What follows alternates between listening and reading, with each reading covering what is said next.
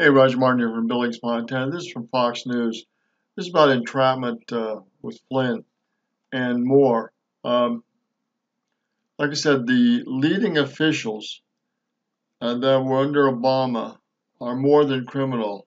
They're treasonous, and this is just an example. That's the first week of Donald Trump's presidency. Then Deputy FBI Director Andrew McCabe called then National Security Advisor Michael Flynn to discuss some upcoming training. The conversation quickly turned to a casual request from McCabe to Flynn that he speak with FBI agents about his overseas communications, which we now know were surveilled by federal officials. Remember, Flynn was the incoming National Security Advisor. It would not be unusual for him to have discussions with foreign leaders and soon-to-be counterparts. Well, according to the FBI's report of the meeting, that's known as a 302, where they discuss the meeting with somebody they talked to. It's called a 302. You look at this White House now, and it's hard to imagine two FBI agents ending up in the same room. How did that happen? I sent them.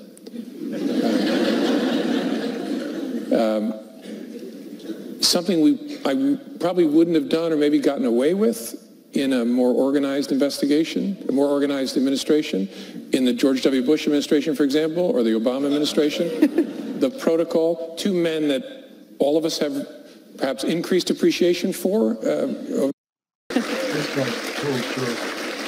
And in both of those administrations, there was process. And so if the FBI wanted to send agents into the White House itself to interview a senior official, you would work through the White House counsel, and there'd be discussions and approvals, and it would be there. And I thought it's early enough. Let's just send a couple guys over.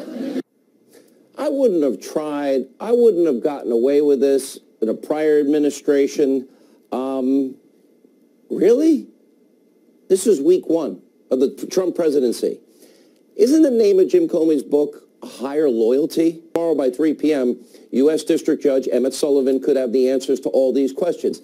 That's how long he's given the special counsel to turn over these documents related to the FBI's interview of Lieutenant General Michael Flynn.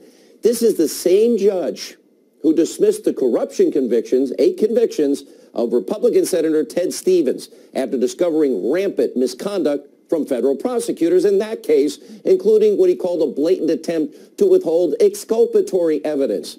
Now, we have been pointing out, and it's important to note, that the lead prosecutor in the special counsel investigation, Mueller's pit bull, Andrew Weissman. We talked a lot about him and Jeannie Ray, who worked for the Clinton Foundation. But Weissman in particular, he's the pit bull, has quite a track record with exculpatory evidence work. When it comes to stopping drugs, illegal aliens across our borders, border walls have proven to be extremely effective. Take a look at the before and after photos from the DHS.